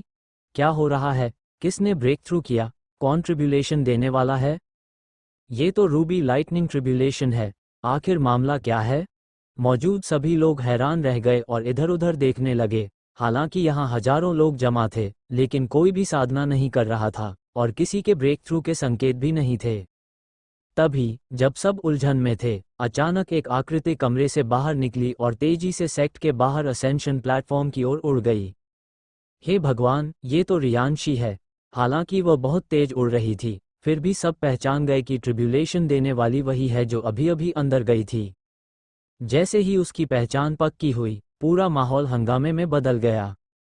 जब रियांशी अंदर गई थी, तब वह सिर्फ अर्ली स्टेज गोल्डन इमॉर्टल थी। पलक झपकते ही वह ट्रिब्यूलेशन कैसे देने लगी? ये कैसे हो गया? अभी तो वह गोल्डन इमॉर्टल के शुरुआती स्तर पर थी, अब सीधे प्रोफाउंड इमॉर्टल? ये तो चमत्कार है। गोल्डन इमॉर्टल अंदर गई और मिस्टिक इमॉर्टल बनकर बाहर आए। ये सब जूनियर आरव की वजह से है। अब समझ आया, उसी ने उसकी कल्टीवेशन बढ़ाई है। सबको अचानक समझ आ गया, इसके अलावा कोई और संभावना ही नहीं थी। लेकिन समझ आने के बाद भी सभी के चेहरे पर अविश्वास था। ये सब उनकी समझ से पूरी तरह बाहर था। एक इमॉर्टल को लगातार 4 स्तर ऊपर उठाना, बॉटलनेक तोड़ना और सीधे अगले रेल्म में पहुंचा देना, ये तो देवताओं जैसा काम था। देवयानी पूरी तरह स्तब्ध रह गई। अभी वह ताने मार रही थी और अगले ही पल उसके चेहरे पर जोरदार तमाचा पड़ गया था, बिना हाथ लगाए। यह नहीं कि इलाज काम नहीं किया, बल्कि असर इतना जबरदस्त था कि उसने कभी देखा भी नहीं था, सुना भी नहीं था। कुछ क्षणों की खामोशी के बाद भीड़ में हड़कंप मच गया। सबको याद आया कि रोज सिर्फ 30 लोगों का इलाज होगा, इसलिए यह मौका गंवाना नहीं था। एक ही पल में सब लोग आंगन में घुस पड़े और पायल के हाथ से नंबर प्लेट लेने के लिए टूट पड़े। मुझे दो, मुझे नंबर चाहिए, मैं पहले आया था, कोई मुझसे नहीं छीन सकता। कुछ ही सेकंड में बाकी बचे 29 नंबर भी छीन लिए गए। ठीक है, नंबर 2 वाला आए और पैसे जमा करे। बबीता काफी देर से बोर हो रही थी, अब पैसे आने का मौका मिला तो वह उत्साह से चिल्लाई। सफेद कपड़े पहनी एक महिला आगे आई। उसका पहनावा सादा था और उसकी कल्टीवेशन सिर्फ अर्ली ट्रू इमॉर्टल थी। उसका नाम जिनी था, 9th पीक की शिष्या। आमतौर पर इस स्तर की शिष्या को इतना आगे मौका नहीं मिलता, लेकिन वह पहले से तैयार थी और सबसे पहले आगे बढ़ी। उसने बबीता को 1000 लो ग्रेड इमॉर्टल क्रिस्टल्स दिए और अंदर चली गई। आरव ने उसे देखा, वह थोड़ी घबराई हुई थी, उसके हाथ कपड़ों को कसकर पकड़े हुए थे। आरव हल्के से मुस्कुराया, 9th पीक की सीनियर सिस्टर हो, अपने ही लोग हैं, इतना घबराने की क्या बात है? जिनी ने सिर हिलाया, लेकिन उसकी मुस्कान अब भी थोड़ी अजीब थी। जूनियर आरव, कृपया मेरी नाड़ी देखिए, क्या मेरे शरीर में कोई समस्या है, और क्या आप मेरी कल्टीवेशन बढ़ा सकते हैं? कोई समस्या नहीं। आरव ने उसका हाथ पकड़ा और नाड़ी जांची। इस बार उसने तुरंत हाथ वापस खींच लिया। सीनियर सिस्टर, तुम पूरी तरह स्वस्थ हो, कोई समस्या नहीं है। सच में? जिनी के चेहरे पर हल्की निराशा आ गई। आरव थोड़ा चौंका, आमतौर पर तो ये सुनकर खुशी होती है, लेकिन वो उल्टा निराश लग रही थी। हाँ, सच में, तुम्हारे शरीर में कोई समस्या नहीं है। ठीक है, धन्यवाद जूनियर आरव, ये कहकर वह जाने लगी। सीनियर सिस्टर, कहाँ जा रही हो? आरव और भी हैरान हो गया। जूनियर आरव, माफ करना, मेरे पास इतने इमॉर्टल क्रिस्टल्स नहीं हैं। जिनी ने कड़वी मुस्कान के साथ कहा। अब आरव समझ गया, वह एक गरीब शिष्या थी। जिनी ने आगे कहा, मैं गरीब परिवार से हूँ, बड़ी मुश्किल से फ्लोइंग लाइट स्वॉर्ड सेक्ट में आई, और मेरी कल्टीवेशन हमेशा सेक्ट के थोड़े से संसाधनों पर ही निर्भर रही। 100 साल की मेहनत के बाद मैं बस एक पिल खरीद पाई जिससे ट्रू इमॉर्टल तक पहुंची। अब मेरे पास कुछ नहीं बचा, सिर्फ 1000 क्रिस्टल्स थे। मैं सोच रही थी कि शायद मेरे शरीर में कोई समस्या हो तो आप उसका इलाज कर देंगे, लेकिन अब जब कोई समस्या नहीं है तो मैं खुद को ही दोष दे सकती हूँ। अब आरव समझ गया कि वह निराश क्यों थी, वह बीमारी के बहाने अपनी कल्टीवेशन बढ़ाना चाहती थी। जूनियर आरव, माफ करना, मैंने आपका एक मौका बर्बाद कर दिया। वह फिर से माफी मांगकर जाने लगी। सीनियर सिस्टर, रुको, हम अपने लोग हैं, बात कर सकते हैं। आरव ने कहा, मेरे नोटिस में लिखा है, अगर तुम्हारे पास कोई स्पिरिचुअल मेडिसिन या रेयर मटेरियल है तो इलाज मुफ्त होगा। जिनी शर्मा गई, मेरे पास सच में कुछ नहीं है, जो भी मिला सब बेच दिया। जरूरी नहीं, हो सकता है जो तुम्हें बेकार लगता हो वही मेरे काम का हो। उसकी हालत देखकर आरव को अपना पुराना समय याद आ गया, इसलिए वो मदद करना चाहता था। मेरे पास बस कुछ बेकार चीजें हैं। इस बार उसने मना नहीं किया और अपनी रिंग से कुछ सामान निकाला। सिर्फ 5-6 चीजें थीं। आरव ने देखा, वह बस कोई एक चीज चुनकर इलाज करना चाहता था। लेकिन जैसे ही उसकी नज़र एक लाल रंग की बेल पर पड़ी, उसका चेहरा बदल गया और वह तुरंत खड़ा हो गया। सेलेस्टियल शैडो ब्लड वाइन, वह पूरी तरह चौंक गया। ये चीज़ आम इमॉर्टल्स के लिए बेकार थी, लेकिन उसके लिए बेहद कीमती थी। इमॉर्टल बीस्ट्स में जो 10वें स्तर तक पहुंचते हैं, वही इंसान का रूप ले सकते हैं। अगर हिमानी को इंसानी रूप में वापस लाना है, तो ट्रांसफॉर्मेशन पिल बनानी होगी, और यह ब्लड वाइन उसका मुख्य इंग्रेडिएंट है। आरव ने तुरंत उसे उठा लिया। सीनियर सिस्टर, क्या तुम इसे कंसल्टेशन फ़ी के रूप में दे सकती हो?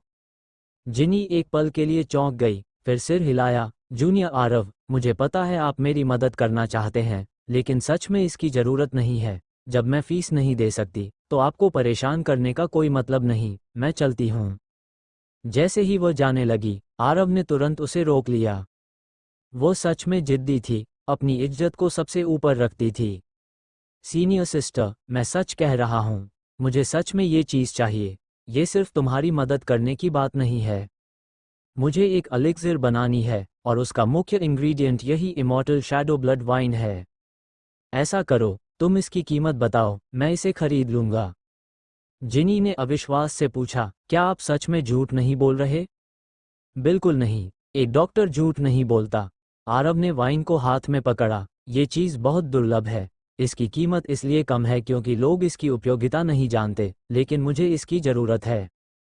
जिनी ने कहा, तो मैं इसे आपको दे देती हूँ। सीनियर सिस्टर मुझे फ़ायदा नहीं उठाने देना चाहती, और मैं भी उसका एहसान मुफ्त में नहीं लेना चाहता। ऐसा करते हैं, इसे कंसल्टेशन फ़ी मान लेते हैं। मैं तुम्हारी कल्टिवेशन बढ़ाऊंगा, और यह वाइन मेरी होगी। जिनी थोड़ी हिचकिचाई, तो क्या मैं फ़ायदा नहीं उठा रही? आरव ने सिर हिलाया, ऐसा नहीं है। ये चीज़ किसी के लिए बेकार है, लेकिन मेरे लिए अनमोल है। अगर यह किसी और के पास होती या ऑक्शन में जाती, तो मुझे इसके लिए बहुत ज़्यादा कीमत देनी पड़ती।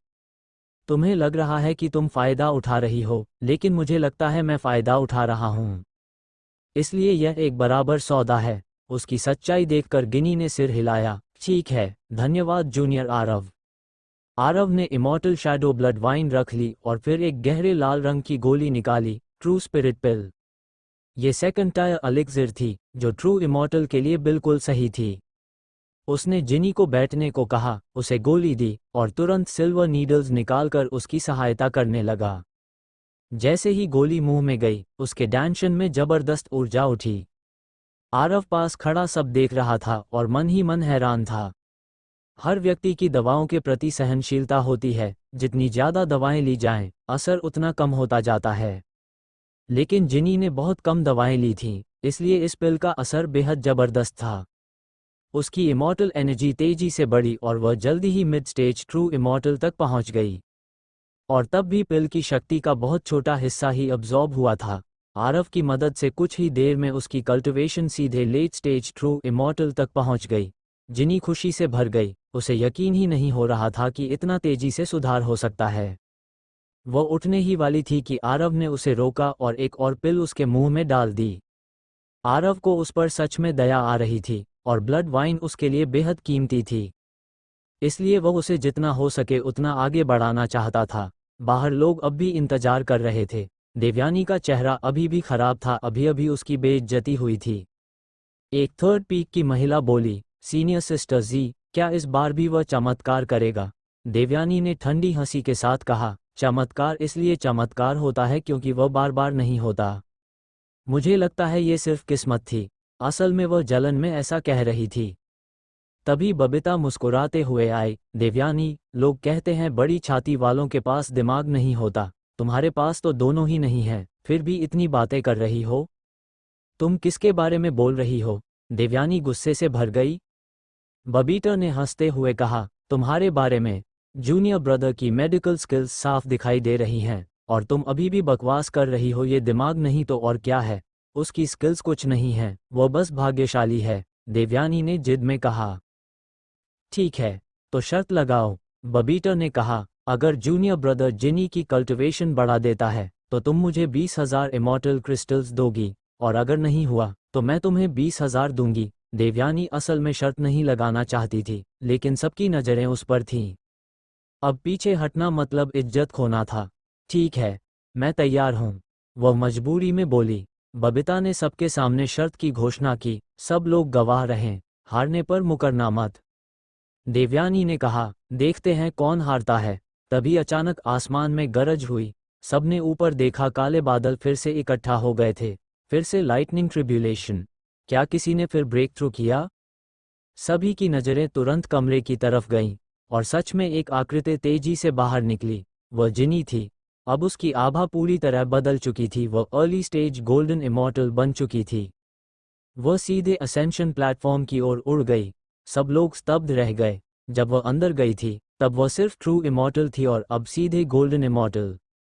यह कोई सामान्य बात नहीं थी, ये दूसरा चमत्कार था। अब किसी को शक नहीं रहा, आरव की मेडिकल स्किल्स सच में अद्भुत थीं। देवयानी का मुंह खुला रह गया, वह कुछ बोल ही नहीं पाए। उसके मन में पछतावा भर गया। अगर उसने फीस दे दी होती तो आज वह भी इतनी ऊंचाई पर होती। इतना बड़ा मौका उसने खुद गंवा दिया। तभी बबीता हंस पड़ी। हा, तुम हार गई, अब पैसे निकालो।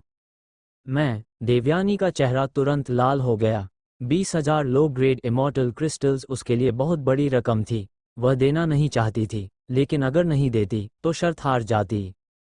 बबीता ने उसकी हालत देखकर बिल्कुल भी नरमी नहीं दिखाई, बल्कि सीधे उसका स्टोरेज रिंग छीन लिया और बोली, क्या हुआ, कर्ज से मुकरना चाहती हो? फिर तो मैं भी शिष्टाचार नहीं निभाऊंगी।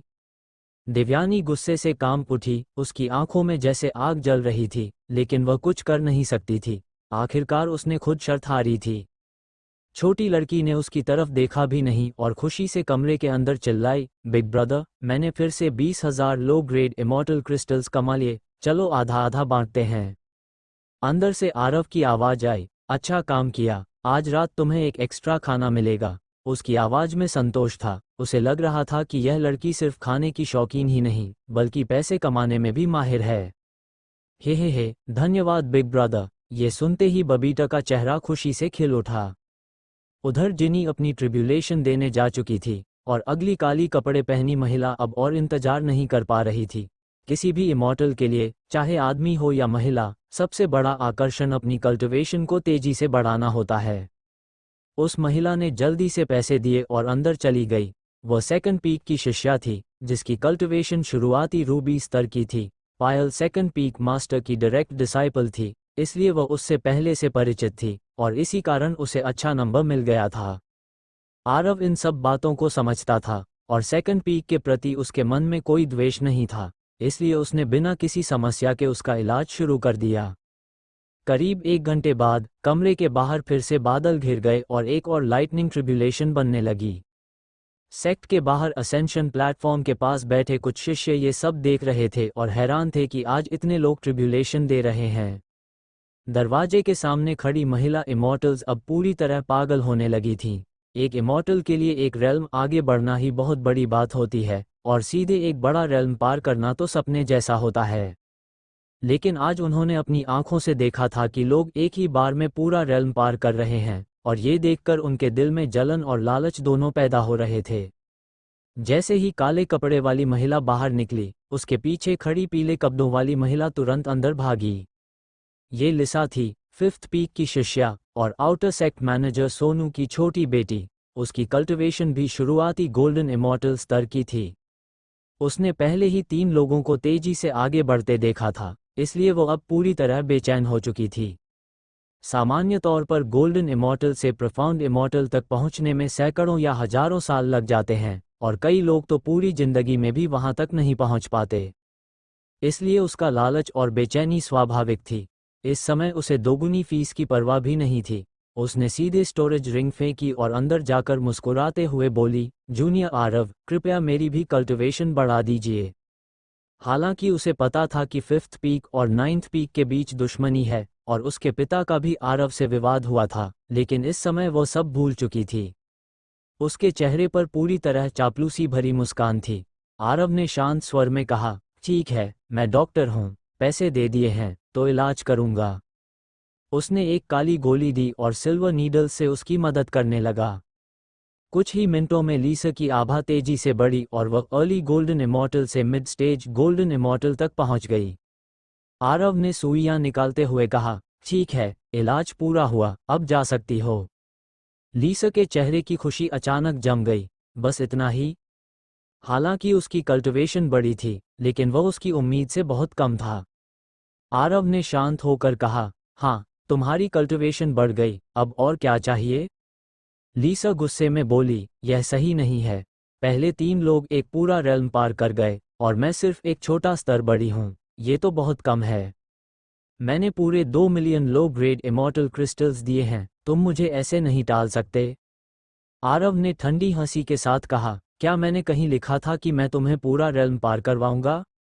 लीसा चुप हो गई, लेकिन फिर भी बोली, भले ही नहीं लिखा था, लेकिन बाकी तीनों को तो पूरा फायदा मिला, मेरे साथ अलग व्यवहार क्यों? आरव का चेहरा सख्त हो गया। दूसरों का क्या हुआ, उससे तुम्हारा क्या लेना देना? तुमने पैसे दिए, मैंने तुम्हारी कल्टीवेशन बढ़ाई, इलाज खत्म, अब जाओ। नहीं, यह नहीं चलेगा, लीसा चिल्लाई, आज तुम मुझे एक पूरा रेल्म ऊपर ले जाओगे, नहीं तो यह मामला यहीं खत्म नहीं होगा। आरव की आंखें ठंडी हो गईं। 2 मिलियन देकर एक स्तर बढ़ा, फिर भी तुम्हें नुकसान लग रहा है। ठीक है, पैसे वापस ले लो, और मैं तुम्हारी कल्टीवेशन भी वापस ले लूंगा। ये कहकर उसने हाथ घुमाया और उसकी हथेली में एक सिल्वर नीडल आ गई। बस एक सुई काफ़ी है, और तुम्हारी अभी की सारी प्रगति खत्म हो जाएगी। लीसा पूरी तरह घबरा गई। गोल्डन इमॉर्टल स्तर पर हर छोटा सुधार भी बहुत मुश्किल होता है, और उसके लिए बहुत संसाधन चाहिए होते हैं। अगर आरव न होता, तो वह 2 मिलियन खर्च करके भी इतना नहीं बढ़ पाती।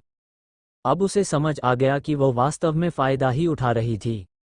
वो सोच रही थी कि दबाव डालकर और फ़ायदा ले लेगी, लेकिन उसे अंदाजा नहीं था कि आरव ऐसा जवाब देगा। मैं 3 तक गिनता हूँ, अगर तब तक तुम नहीं गई, तो तुम्हारी कल्टीवेशन वापस ले लूँगा, आरव ने कहा, और हेज़ल भी आगे बढ़ गई। 3। आरव ने गिनती शुरू ही की थी कि लीसा बिजली की तरह बाहर भाग गई। आरव ने ठंडी हंसी हंसी, इतनी सी क्षमता में भी वह उसे धमकाने आई थी, यह उसके लिए बिल्कुल मजाक था। बाहर आ गया, बाहर आ गया, कोई और बाहर आ रहा है। जैसे ही किसी को कमरे से बाहर निकलते देखा गया, दरवाजे पर जमा भीड़ फिर से उत्साह से भर उठी। पहले जिनी और बाकी लोग बाहर आते ही सीधे असेंशन प्लेटफॉर्म की ओर ट्रिब्यूलेशन देने चले जाते थे, लेकिन इस बार लीसा बाहर निकलकर सीधे 5th पीक की ओर चली गई। कुछ लोग हैरान होकर आसमान की तरफ देखने लगे, लेकिन आसमान अभी भी साफ और नीला था, उसमें कोई बदलाव नहीं था। क्या हो रहा है? अब ट्रिब्यूलेशन नहीं देनी पड़ेगी? क्या इलाज फेल हो गया? उसकी कल्टीवेशन नहीं बढ़ी? नहीं, ऐसा नहीं है। वो अंदर गई थी, और अब उसकी cultivation mid stage golden immortal तक पहुंच गई है। भीड़ आपस में चर्चा करने लगी, और धीरे धीरे सबको समझ आ गया कि इलाज कराने से कल्टीवेशन जरूर बढ़ती है, लेकिन हर बार बड़ा ब्रेक थ्रू नहीं होता। हालांकि इससे उम्मीद थोड़ी कम हो गई, लेकिन फिर भी यह सामान्य साधना से कहीं ज़्यादा तेज था। इसके बाद जिन लोगों को नंबर मिला था, वे एक एक करके अंदर जाते गए, और जिनको मौका नहीं मिला, वे सिर्फ बाहर खड़े होकर देखते रहे। आरव के लिए 30 लोगों का इलाज करना कोई बड़ी बात नहीं थी। अगर सिर्फ एक छोटा स्तर बढ़ाना हो, तो उसे लगभग 10 मिनट लगते थे, जबकि बड़ा ब्रेक थ्रू कराने में लगभग 1 घंटा लगता था। बाकी लोगों में 3rd पीक और 5th पीक के शिष्य सिर्फ एक स्तर ही बढ़ा पाए, जबकि 1st पीक, 2nd पीक और 9th पीक के 3 लोग सीधे एक पूरा रेल्म पार करके असेंशन प्लेटफॉर्म पर ट्रिब्यूलेशन देने चले गए। बाकी शिष्यों में से कुछ 1 स्तर, कुछ 2 स्तर और कुछ 3 स्तर तक बढ़े। सबको साफ समझ आ गया था कि आरव जानबूझकर पक्षपात कर रहा है, लेकिन कोई कुछ कर नहीं सकता था। खासकर 3rd पीक और 5th पीक के शिष्य अंदर से गुस्से से भरे हुए थे, लेकिन मजबूरी में चुप रहे। अगर वे मौका छोड़ देते, तो पीछे हजारों लोग इंतजार कर रहे थे। और सबसे जरूरी बात, ऐसा मौका जिंदगी में बहुत कम मिलता है, कोई भी मूर्खता करके इसे गंवाना नहीं चाहता था। आखिरकार, सूरज ढलने तक सभी 30 लोगों का इलाज पूरा हो गया। आरव अपनी कुर्सी से उठा, शरीर खींचा और महसूस किया कि पूरे दिन की मेहनत से वह भी थक गया है। उसने सोचा कि अगर उसका शरीर मजबूत न होता, तो शायद वह ये सब संभाल ही नहीं पाता। बाहर खड़ी भीड़ भी समझ गई कि आज का मौका खत्म हो गया है, इसलिए धीरे धीरे सब चले गए। लेकिन देवयानी अभी भी दरवाजे के सामने खड़ी थी, वो कहीं नहीं गई। उधर छोटी लड़की ने आज लाखों नहीं, बल्कि करोड़ों के बराबर इमॉर्टल क्रिस्टल्स कमाए थे, और वह खुशी से फूली नहीं समा रही थी। उसने देवयानी को देखा और मुंह बनाकर कहा, क्या बात है, क्या तुम यहीं रात का खाना खाने वाली हो?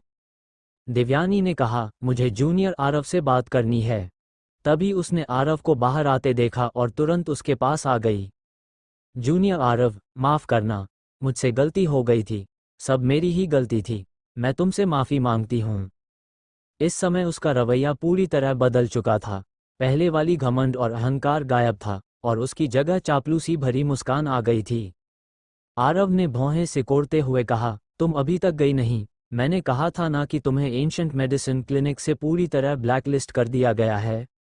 देवयानी बोली, जूनियर आरव, मैं सच में माफ़ी चाहती हूँ। मैं 2 million low grade immortal crystals देने को तैयार हूँ, बस तुम मेरी कल्टिवेशन बढ़ा दो। वो पूरे दिन यहीं खड़ी रही थी, सिर्फ इसी मौके के लिए। एक इमॉर्टल के लिए ताकत सबसे जरूरी होती है, इसलिए उसने अपनी इज्जत तक छोड़ दी। फिर उसने और जोड़ते हुए कहा, अगर तुम मेरी मदद कर दो तो मैं 3rd पीक और 5th पीक के साथ तुम्हारी दुश्मनी भी खत्म करवा दूंगी, कोई तुम्हें परेशान नहीं करेगा। आरव के चेहरे पर हल्की व्यंग्य भरी मुस्कान आई, तुम मेरी दुश्मनी खत्म कराओगी? तुम्हें लगता है मैं 3rd पीक और 5th पीक से डरता हूँ? अगर डरता तो क्या ये सब होता? देवयानी तुरंत चुप हो गई। उसे एहसास हुआ कि उसने हमेशा आरव को एक कमजोर शिष्य समझा था, लेकिन अगर वह डरता तो शुरू से ही उनसे उलझता नहीं। आरव ने आगे कहा, मुझे नहीं पता तुम मुझे बेवकूफ़ समझती हो या खुद को ज़्यादा समझदार। अगर मैं मान भी लूँ तो क्या तुम ये सब सच में कर सकती हो? एक आउटर सेक्ट मैनेजर की बेटी होकर तुम्हारी पीक मास्टर के सामने कितनी हैसियत है? देवयानी शर्म से लाल हो गई। उसे समझ आ गया कि वह खुद को ज़रूरत से ज़्यादा समझ रही थी। असल में उसके पास कोई वास्तविक शक्ति नहीं थी। आरव ने ठंडे स्वर में कहा, और एक बात, मैंने तुम्हें ब्लैकलिस्ट कर दिया है, तो अब इस बारे में सोचना भी मत। इस जिंदगी में तुम मुझसे इलाज नहीं करवा पाओगी। देवयानी गुस्से में बोली, आरव, हद मत करो। मैं गोल्डन इमॉर्टल हूँ, आसाराम की बेटी हूँ। भले ही मेरी हैसियत ज़्यादा ना हो, लेकिन तुम्हें सबक सिखाना मेरे लिए मुश्किल नहीं होगा। बाहर फेंको इसे। आरव ने बिना समय बर्बाद किए आदेश दिया। हेजल पहले से तैयार थी, उसने तुरंत देवयानी को पकड़कर बाहर फेंक दिया। आरव, ये खत्म नहीं हुआ है। देवयानी गुस्से से चिल्लाई, लेकिन वह कुछ कर नहीं सकती थी, इसलिए आखिरकार वहां से चली गई। बबीता ने उसकी पीठ की तरफ थूकने का नाटक किया और बोली, क्या समझती है खुद को? फिर उसने खुशी से एक स्टोरेज रिंग आरव को दिया। बिग ब्रदर, बताओ आज हमने कितना कमाया? आरव ने अंदाजा लगाते हुए कहा, 10 मिलियन? इतना कम? कुल 22.5 मिलियन। छोटी लड़की खुशी से उछल रही थी, मुझे नहीं पता था कि डॉक्टर बनना इतना फायदेमंद होता है। तभी पायल अपनी प्यारी चाल में आगे आई और मुस्कुराकर बोली, छोटी लड़की, तुम बहुत भोली हो। हर डॉक्टर इतना नहीं कमाता, सिर्फ हमारे जूनियर ब्रदर जैसा डॉक्टर ही कमाता है। बबीता ने होंठ सिकोड़ लिए, लेकिन वह भी जानती थी कि यह बात सही है। इमॉर्टल वर्ल्ड में डॉक्टर बहुत हैं, लेकिन आरव जैसा कोई नहीं है जो इतनी आसानी से लोगों की कल्टिवेशन बढ़ा सके। आरव भी थोड़ा हैरान था, उसे उम्मीद नहीं थी कि एक ही दिन में इतनी बड़ी कमाई हो जाएगी। तभी अचानक दूर से एक पतली और आकर्षक आकृति तेजी से उनकी ओर आए। उसका शरीर बेहद आकर्षक था, यहाँ तक कि पायल से भी मुकाबला कर सकता था। वह जैस्मिन थी, पलक की नौकरानी। वह सीधे आरव के पास आई और बोली, young master Aarav, grand Elder आपको बुला रहे हैं। ग्रैंड एल्डर के बुलावे की बात सुनकर आरव के पास मना करने का कोई कारण नहीं था, इसलिए वह जैस्मिन के साथ रेड पीक की ओर चल पड़ा। चलते चलते आरव मुस्कुराते हुए उसके पीछे बोला, सिस्टर जैस्मिन, तुम्हारी खुशबू तो दिनब-दिन और भी अच्छी होती जा रही है। इतना कहकर उसने जानबूझकर गहरी सांस भी ली। जैस्मिन ने उसे घूरा, बहुत बातें बनाते हो, लेकिन उसकी आंखों में कोई नाराजगी नहीं थी, जिससे साफ था कि उसे बुरा नहीं लगा। फिर उसने हल्के गंभीर स्वर में कहा, इस बार तुम्हें सावधान रहना होगा, मुझे लग रहा है कि कुछ परेशानी हो सकती है। आरव का चेहरा थोड़ा गंभीर हो गया। सिस्टर जैस्मिन, क्या तुम्हें पता है एल्डर ने मुझे क्यों बुलाया है? जैस्मिन ने कहा, पूरी बात तो नहीं पता, लेकिन 3rd पीक के पीक मास्टर वनराज और 5th पीक के पीक मास्टर ग्रेस पहले एल्डर से मिलने आए थे। उसके बाद मुझे तुम्हें बुलाने भेजा गया, और बाकी लोग दूसरे पीक मास्टर्स को बुलाने गए हैं। लगता है कोई बड़ा मामला है। आरव ने हल्का सिर हिलाया और सोच में पड़ गया। अगर बात उन दोनों बूढ़ों से जुड़ी है तो निश्चित ही कोई अच्छी बात नहीं है। उसने अंदाजा लगा लिया कि यह मामला आज के क्लिनिक और इलाज से जुड़ा हुआ है। ये सोचकर उसने मन ही मन तैयारी शुरू कर दी। जल्द ही वे रेड पीक पहुंच गए, लेकिन इस बार वे ग्रैंड एल्डर के निजी कक्ष में नहीं गए, बल्कि मुख्य सभा हॉल में पहुंचे। अंदर कदम रखते ही एक भव्य और दबाव भरा माहौल महसूस हुआ। पलक बीच में बैठी थी और बाकी 9 पीक्स के पीक मास्टर्स दोनों ओर खड़े थे। आरव ने पूरी विनम्रता के साथ झुककर कहा, ये शिष्य पीक मास्टर को प्रणाम करता है। हालांकि उसका पलक के साथ खास संबंध था, लेकिन सबके सामने उसने पूरी शिष्टता बनाए रखी। पलक का चेहरा भी गंभीर था। सुना है तुमने एक क्लिनिक खोला है? आरव ने शांत स्वर में कहा, हाँ, मुझे कुछ चिकित्सा ज्ञान है और सेक्ट ने इस पर कोई रोक नहीं लगाई है, इसलिए मैंने क्लिनिक खोला और सेक्ट के लिए योगदान भी दिया। वनराज तुरंत आगे आया। उसके चेहरे पर गुस्सा साफ था। योगदान? मुझे तो ये सिर्फ पैसा कमाने का तरीका लगता है। सुना है तुम हर मरीज से भारी मात्रा में इमॉर्टल क्रिस्टल्स लेते हो, क्या यही तुम्हारा योगदान है? आरव ने उसकी तरफ देखा और शांत स्वर में कहा, आज मैंने सेक्ट के 30 शिष्यों का इलाज किया और हर एक की कल्टिवेशन बढ़ी। कुछ ने तो पूरा रेल्म पार करके ट्रिब्यूलेशन भी दी। उनकी शक्ति बढ़ी, जिससे सेक्ट की ताकत भी बढ़ी। क्या ये योगदान नहीं है? वनराज बोला, ये ठीक है, लेकिन इतना पैसा लेना क्या सही है? आरव मुस्कुराया, अगर मेरी चिकित्सा मुफ्त भी हो तो क्या मेरी बनाई पिल्स भी मुफ्त होती हैं? अगर आप इतने दयालु हैं तो आप खुद क्लिनिक खोलकर सबको मुफ्त में इलाज क्यों नहीं देते? मैं भी वहां इलाज कराने आ जाऊंगा। ये सुनकर वनराज चुप हो गया। आरव ने तंज कसते हुए कहा, पीक मास्टर, क्यों चुप हो गए? अभी तो आप सेक्ट के लिए योगदान की बात कर रहे थे, लेकिन जब खुद की बारी आई तो कुछ स्पिरिचुअल हर्ब्स देने में भी परेशानी हो रही है। वनराज के पास कोई जवाब नहीं था। उसने सोचा था कि वह अपनी ताकत से उसे दबा देगा, लेकिन उल्टा खुद ही फंस गया। तभी ग्रेस आगे आया, ठीक है, तुम बातें बहुत करते हो, लेकिन ये बताओ, तुम मेरे 3rd पीक और 5th पीक के शिष्यों से दोगुना शुल्क क्यों लेते हो? फिर उसने पलक की ओर झुककर कहा, एल्डर, ये हमारे शिष्यों के साथ अन्याय है, कृपया निर्णय लें। पलक ने आरव की तरफ देखा, क्या ये सच है? आरव ने सिर हिलाया, हाँ, ये सच है। ग्रेस ने ठंडी हंसी के साथ कहा, ये साफ भेदभाव है। इन्हें अतिरिक्त पैसे वापस करने चाहिए और माफी मांगनी चाहिए। वनराज भी बोला, हाँ, इन्हें हमारे शिष्यों को पैसे लौटाने चाहिए। आरव ने हंसते हुए कहा, मैं अपने कमाए हुए पैसे वापस क्यों दूं? मैं डॉक्टर हूँ, अपनी फीस खुद तय करता हूँ। इसमें कौन सा नियम टूटा है? अगर मैंने कोई नियम नहीं तोड़ा तो माफी क्यों मांगूं? दोनों कुछ देर के लिए चुप हो गए, लेकिन उनके चेहरे गुस्से से लाल थे। वनराज ने पलक से कहा, एक साधारण शिष्य इतना घमंडी कैसे हो सकता है? कृपया इसे दंड दें। तभी प्रीतम आगे आया, हमारे 9th पीक के नियम स्पष्ट हैं। अगर किसी शिष्य को दंड देना है तो नियम के अनुसार बताइए, इसने कौन सा नियम तोड़ा है? अब वो आरव का खुलकर समर्थन कर रहा था। पलक ने हाथ उठाकर कहा, बस बहस बंद करो। आरव सही है, क्लिनिक उसका है, इसलिए फीस भी वही तय करेगा। जब तक सेक्ट के नियम नहीं टूटते तब तक सेक्ट दखल नहीं देगा। ये सुनकर बाकी पीक मास्टर्स भी सहमत हो गए। अगर महंगा लगता है तो इलाज मत कराओ। इतना अच्छा मौका पैसे से भी नहीं मिलता। जब कल्टिवेशन बढ़ गई है तो शिकायत कैसी? खासकर 1st पीक और 2nd पीक के मास्टर्स तो खुश थे, क्योंकि उनके शिष्यों को बड़ा फायदा मिला था। अब वनराज और ग्रेस पूरी तरह अकेले पड़ गए। तब ग्रेस ने कहा, ठीक है, फीस की बात अलग है, लेकिन इलाज का असर भी अलग-अलग क्यों है? दूसरे पीक्स के शिष्य 2-3 स्तर तक बढ़ते हैं और हमारे शिष्य सिर्फ 1 स्तर, ये क्यों? वनराज ने भी कहा, हाँ, एक डॉक्टर को सबके साथ समान व्यवहार करना चाहिए। इस तरह का भेदभाव पूरी तरह मेडिकल एथिक्स के खिलाफ है। आरव ने दोनों की तरफ तंज भरी नज़र से देखा और बोला, तुम्हें कैसे पता कि मैं ही अलग व्यवहार कर रहा हूँ? वनराज ने कहा, क्या ऐसा नहीं है? नहीं तो हमारे शिष्यों की कल्टिवेशन दूसरों से कम क्यों बढ़ी? आरव ने सीधे जवाब दिया, क्योंकि तुम्हारे शिष्य ही बेवकूफ़ हैं। एक ही डॉक्टर, एक ही इलाज, एक ही दवा, फिर भी तुम्हारे शिष्यों की प्रगति इतनी कम है, तो इसमें किसे दोष दोगे? मेरे हिसाब से तो उनकी अपनी प्रतिभा ही खराब है। साफ शब्दों में कहूं तो वे बेवकूफ़ भी हैं और अयोग्य भी।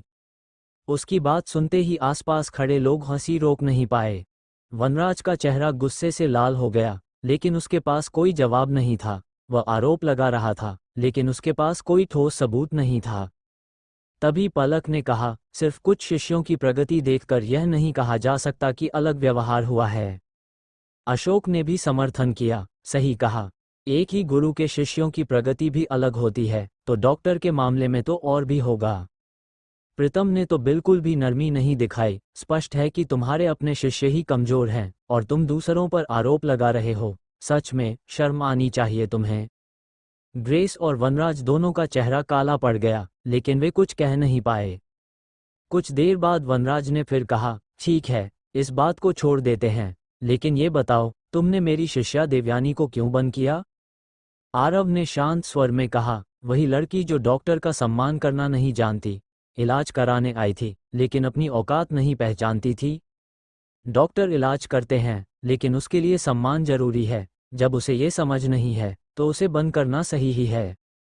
वनराज और ग्रेस एक दूसरे को देखने लगे। वे आज शिकायत लेकर आए थे ताकि अपनी इज्जत बचा सकें और कुछ फायदा ले सकें, लेकिन उल्टा बार बार अपमानित हो रहे थे। उन्हें लगा था कि उनके पास पूरा मामला है और वे आरव को झुका देंगे, लेकिन अब स्थिति पूरी तरह उल्टी हो गई थी। वे चुप रहने ही वाले थे कि आरव ने खुद ही बात आगे बढ़ाई। उसने पलक की तरफ देखकर कहा, एल्डर, लगता है इन दोनों पीक मास्टर्स को मुझसे काफ़ी शिकायत है।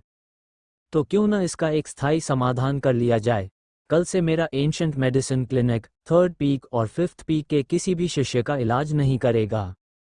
ये सुनते ही दोनों के चेहरे बदल गए। वे देवयानी के बंद पर शिकायत कर रहे थे, लेकिन अब तो पूरे पीक को ही बंद कर दिया गया था। असल में वे जानते थे कि उनके शिष्यों को बहुत फायदा मिला था, लेकिन वे सिर्फ अपनी इज्जत बचाना चाहते थे और फीस कम करवाना चाहते थे। लेकिन अब उनकी चाल उल्टी पड़ गई। वनराज चिल्लाया, किस आधार पर? हम भी फ्लोइंग लाइट स्वॉर्ड सेक्ट के सदस्य हैं, हमारे शिष्यों का इलाज क्यों नहीं करोगे? आरव ने ठंडे स्वर में कहा, क्योंकि तुम्हारे यहाँ बहुत समस्याएं हैं। बाकी 9 पीक्स में कोई समस्या नहीं है, सिर्फ तुम लोग ही बार बार परेशानी खड़ी करते हो। तो ठीक है, मैं इलाज ही नहीं करूँगा। अब न तुम्हें भेदभाव की चिंता होगी, न बैन की शिकायत। प्रीतम तुरंत खड़ा हुआ, मुझे ये बिल्कुल सही लगता है। हमारे पास पहले ही बहुत काम है, हम बेकार की बहस में समय क्यों बर्बाद करें? बाकी पीक मास्टर्स भी समझ गए कि अगर 3rd और 5th पीक हट जाते हैं, तो उनके शिष्यों को ज़्यादा मौके मिलेंगे। अशोक ने कहा, इसमें कोई समस्या नहीं है। डॉक्टर को अधिकार है कि वह तय करे किसका इलाज करना है। ये सेक्ट के नियमों के खिलाफ भी नहीं है। बाकी सबने भी सहमति जताई।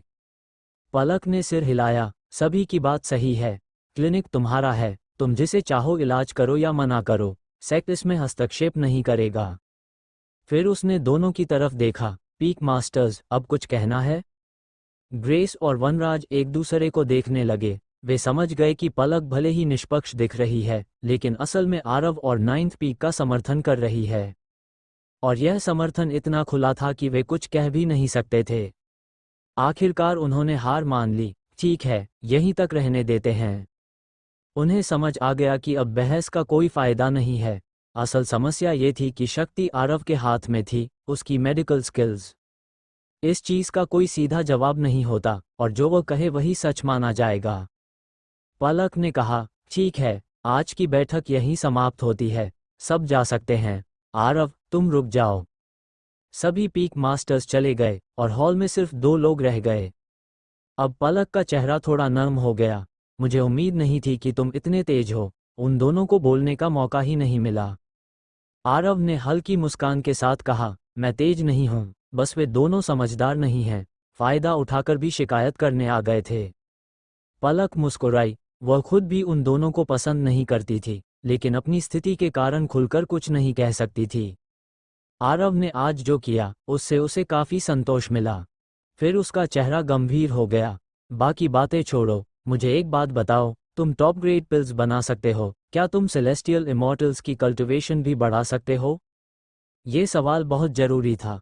आरव अभी तक सिर्फ लोअर लेवल इमॉर्टल्स की मदद कर रहा था, जो भविष्य के लिए जरूरी थे, लेकिन सेक्ट की तत्काल शक्ति नहीं बढ़ा सकते थे। अगर वह सेलेस्टियल इमॉर्टल स्तर के लोगों की भी मदद कर सके, तो फ्लोइंग लाइट स्वॉर्ड सेक्ट की ताकत कई गुना बढ़ सकती थी, और तब ये पूरा सेक्ट ब्लोसम हेवन में सबसे शक्तिशाली बन सकता था। हेलो गाइस, अब बाकी सीरीज़ के एपिसोड भी इसी चैनल पर आ जाएंगे। बाकी आप लोग सब्सक्राइब कर लीजिए सागा सीरीज़ वाले को। उस पर मैं एपिसोड डालना स्टार्ट करूँगा, अच्छी आवाज़ में डबिंग स्टार्ट कर दूँगा। तब तक के लिए आपको यहीं पर बने रहना है। मैं आपको सागा सीरीज़ को ज्वाइन कर लेना, उस पर अपडेट आते रहेंगे तो आपको पता चल जाएगा। बाकी कोलैबोरेशन के थ्रू आप वो चैनल को ज्वाइन कर लेना। उस पर मिलेनियम मैजिकल योद्धा स्टार्टिंग से अपलोडिंग स्टार्ट है, बट इनकी जो स्टार्टिंग से अपलोडिंग नहीं होगी, वहाँ पर जो इसके आगे के एपिसोड है वहीं पर दूंगा। आज सारे यहीं पर हैं, बाकी कल वहाँ पर मैं डालूँगा, या फिर मैं आज शाम या सुबह तक अपलोड कर दूँगा। वहाँ पर आपको देखने को मिल जाएंगे सारे एपिसोड चारों सीरीज़ के। बाकी नई सीरीज़ भी मैं एक बहुत जल्द लॉन्च करने वाला हूँ एक।